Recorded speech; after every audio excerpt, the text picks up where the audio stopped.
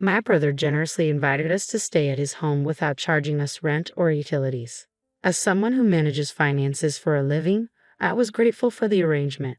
My husband Stephen is a mechanic, and we live in the house where I grew up, a property that holds deep sentimental value in my family's history. This house was once the headquarters for my father's business, which my brother was expected to inherit. He pursued a degree in economics, furthering his studies at Oxford University, and after gaining valuable knowledge, he returned to New York to join our father in running the business. When our parents decided to retire and relocate, they handed the business over to my brother and gifted me the house. Stephen and I decided to make it our home, conveniently located near public transportation, shops, hospitals, and schools. The house suits our needs perfectly and will continue to do so even after our children leave. We felt profoundly grateful to our parents for this gift and looked forward to building our future in this home. However, our peace was soon disrupted by frequent visits from my mother-in-law. She often asked about my parents' finances, given their history as business owners. Questions like, "Angela, how much money do your parents have, and what will you inherit when they pass?" made me uncomfortable. I attempted to deflect her curiosity by saying I hadn't given it much thought and that the house might be the extent of any inheritance. Yet she persisted, insinuating that my parents must have discussed their financial plans with me. Her interest seemed rooted in the expectation of gaining something from their wealth, even though I had been clear about what I would inherit. This situation created unexpected tension and made me uneasy about her motives. I chose not to share my concerns with Stephen, who is particularly close to his mother, hoping to avoid further complications. Then, an utterly unexpected event unfolded that took me by surprise. It was a holiday morning, around 7:00 a.m., when the doorbell rang unexpectedly. Upon opening the door, I was greeted by a mover, leaving me both shocked and confused. Before I could gather my thoughts, my mother-in-law, along with my brother-in-law's family, arrived announcing that they were moving in. The smirks on their faces sent a chill through me. My husband, awakening to the commotion, seemed unfazed by the situation. When I confronted him about the situation, he simply asked, "What's the problem?" He pointed out that our house had plenty of space for everyone, as if it were perfectly normal for them to just move in. The surprises kept coming when my sister-in-law cheerfully declared that they had been invited by my brother. She explained that they wouldn't need to pay rent or utilities and were looking forward to our hospitality. Meanwhile, my brother-in-law began intrusively inspecting the rooms, deciding aloud which he preferred based on the sunlight and instructing Stephen to clear out our belongings.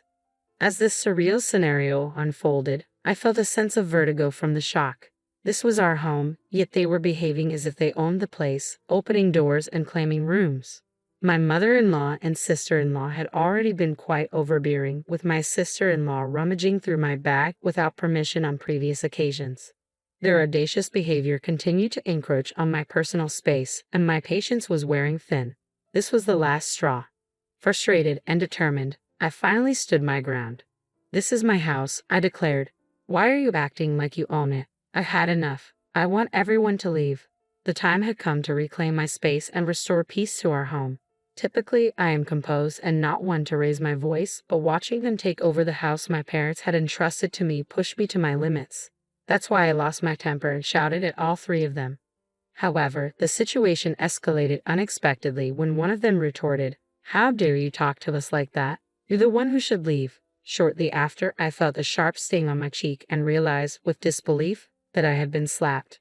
The pain throbbed painfully, and in that instant, something inside me broke. Living with people capable of such disrespect was unthinkable. But this house was mine, and I wouldn't allow them to treat it like a free hostel. So, I made the difficult decision to leave, if only temporarily. I quickly packed some essentials and found a monthly rental apartment to stay in for the time being. This meant I would have to commute to work, but it felt like the only viable option at that moment. Once settled, I called my parents to explain the ordeal. Even through the phone, I could sense their outrage.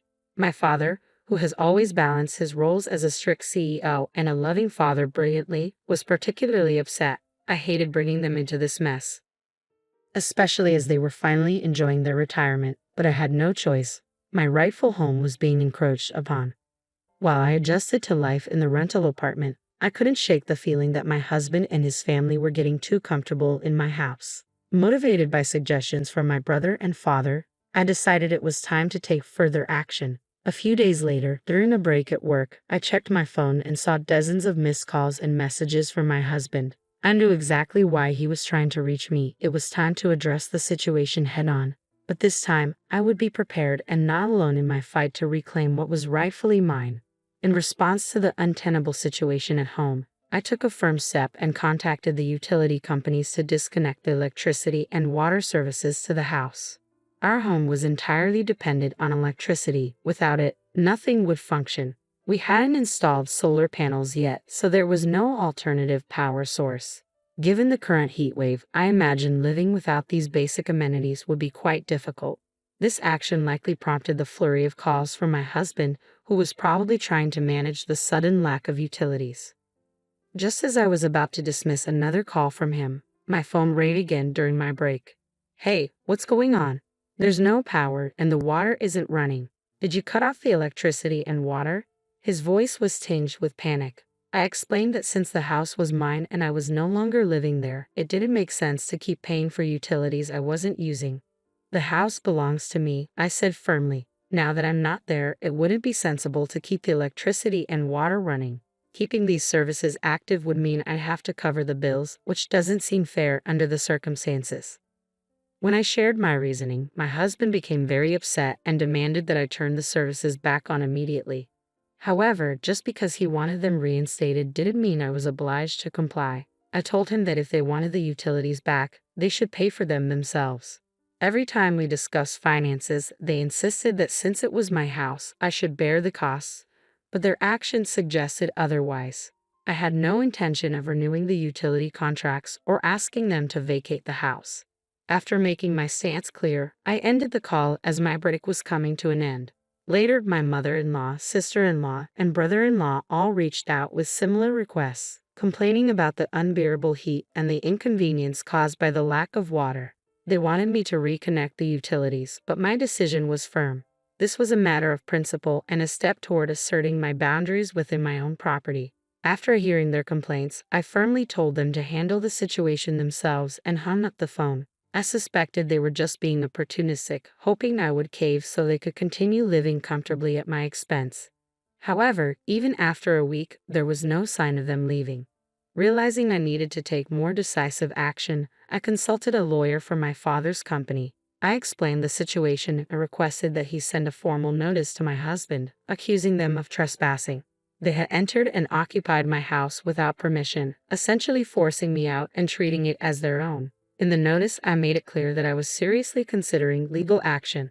This move shocked my husband. Surprised and anxious about the legal implications, he approached me, hoping to find a resolution. I was aware of their concern for their social reputation, and it felt like a turning point in our struggle for control of my home. I knew that the threat of a lawsuit would weigh heavily on them. Despite their desire to maintain their lifestyle, they were caught in a dilemma: face legal consequences or convince me to let them stay. I could see through my husband's intentions, but I refused to listen to their pleas or relent to his requests. In a moment of frustration, my husband exploded in anger during a call at work, demanding that I drop the lawyer and accusing me of acting self-righteous. Despite his loud outbursts, I remained calm and unfazed, merely annoyed by his audacity to claim rights over my property. No matter how much he protested, my stance was firm. If they continued to squat in my house, legal action was inevitable. I ended the call, feeling that further engagement would be pointless. I had already discussed potential divorce proceedings with my lawyer. Later, when I returned home, I found missed calls from my mother-in-law and sister-in-law. Choosing not to engage any further, I blocked their numbers to avoid more disruptions. The looming threat of legal action proved too much for my husband's prideful family. Realizing their position was indefensible, they packed their bags and left the house. With the assistance of my lawyer, the divorce negotiations proceeded smoothly. I arranged for a professional cleaning service to refresh the home, and after living separately in a monthly rental, nothing compared to the comfort of returning to my own now sparkling clean space. The peace and autonomy I felt were truly liberating. I felt a sense of triumph, reaffirming that my decision to stand up for my rights and reclaim my space was worth it. After moving back into my house, I recognized that it needed some updates and repairs. I discussed this with my father, who connected me with a reliable contractor, and we began planning the renovations. It was an exciting project that marked a fresh start in my comfortably solitary life. Living alone brought a sense of freedom that was both exhilarating and soothing. I could relax on my sofa without judgment, eat whatever I fancied without comments, and simply enjoy the peace. However, this tranquility was disrupted 5 months into my newfound solitude when I started receiving calls from an unknown number. Initially, I assumed it was the contractor and ignored the calls, but they kept coming. Eventually, I answered, only to find it was my ex-husband, the very person I had recently divorced under strict legal agreements that prohibited us from contacting each other. Confused and irritated by his breach of our agreement, especially since he had changed his number to call me, I demanded to know why he was reaching out. Ignoring my questions, he pleaded with me to listen. Despite my reluctance, he explained his situation. His company was facing a severe financial crisis, resulting in a significant salary cut. Additionally, his mother's health was deteriorating, preventing her from working, and his sister-in-law and her husband were also in financial trouble due to unstable employment, with most of her earnings going toward her husband's debts. As a result, my ex-husband and his family were struggling to make ends meet. Hearing this did little to stir my empathy. The memories of how they had forcibly barged into my home, assumed control without my permission, and even tried to push me out were still fresh. Their previous disregard and disrespect made it difficult for me to feel anything but disbelief at their current plight. I told him that his difficulties were his to manage and reminded him of our legal agreement to cease contact. As I ended the call, I couldn't shake the incredulity that people who had treated me so poorly expected sympathy or help from me now. I listened, devoid of compassion, as my ex-husband described their dire circumstances. "We're in serious trouble. We might not be able to pay our rent or even buy food tomorrow. We used to be a family, right? Please help us," he pleaded, his voice breaking with emotion. Yet his words did nothing to sway my resolve. I vividly recalled my struggles and how, when I needed support, my ex-husband did nothing to help. He, along with my mother-in-law, had always looked down on me. My sister-in-law and brother-in-law joined in as well, mocking my appearance and traditional views without a shred of concern for my feelings. My mother-in-law not only escalated situations but relentlessly pressured me to have a child, pushing herbal concoctions on me, booking unnecessary medical appointments, and even spreading damaging rumors among our neighbors about my ability to conceive. Reflecting on these memories, it became clear that there wasn't a single redeeming moment in my marriage.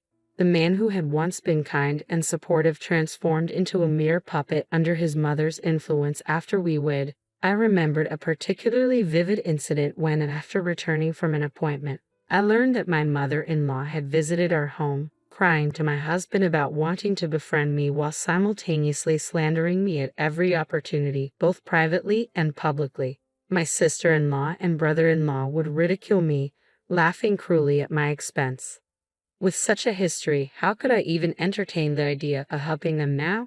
No matter what you say, my feelings remain unchanged. I cannot help you, I asserted firmly, resolute not to allow their current plight to drag me back into a cycle of manipulation and disrespect. I'm going to hang up now, and please never contact me again. With that, I ended the call and immediately blocked the new number. Knowing my ex-husband's persistence, he might try to change his number and reach out again. But I was determined to maintain my boundaries against any further attempts from him or his family to draw me back into their troubles. Over the weekend, I planned to change my phone number at the store to avoid any further harassment. But before I could do so, my ex-husband and his family broke the agreement established through our lawyers. Unexpectedly, they showed up at my house around 10 p.m., banging on the door and yelling for me to open up and help them. "We're family. You should help us." Their loud voices shattered the peaceful night, completely disregarding the late hour and the disturbance they were causing to the neighbors. Rather than confront them directly, I attempted to communicate through the intercom, urging them to go home and stop causing a scene. However, they ignored my pleas and continued to bang on the door, creating quite a commotion. Overwhelmed by their reckless behavior, I was on the verge of calling the police when I heard sirens approaching. A neighbor had already alerted the authorities. Seeing the police, my ex-husband and his companions panicked, mistakenly thinking I had called them. They tried to flee, but with a crowd of onlookers gathering, escape was not an option. The police swiftly intervened, escorting them to the station. I provided a full account of the events, explaining their unwarranted intrusion. The incident quickly became the talk of the neighborhood, and word spread even to my ex-husband's workplace through a coworker who witnessed the scene. Already facing financial difficulties due to a salary cut, this public ordeal and police involvement were the final blows to his professional life. His employer decided to let him go. With no job and unable to afford his apartment rent, tensions escalated within his family, leading to the collapse of their shared living arrangement. My ex-husband, Stephen, along with his mother, now resides in public housing, both working multiple part-time jobs in a desperate effort to make ends meet, with even his mother eager to contribute financially to their reduced circumstances.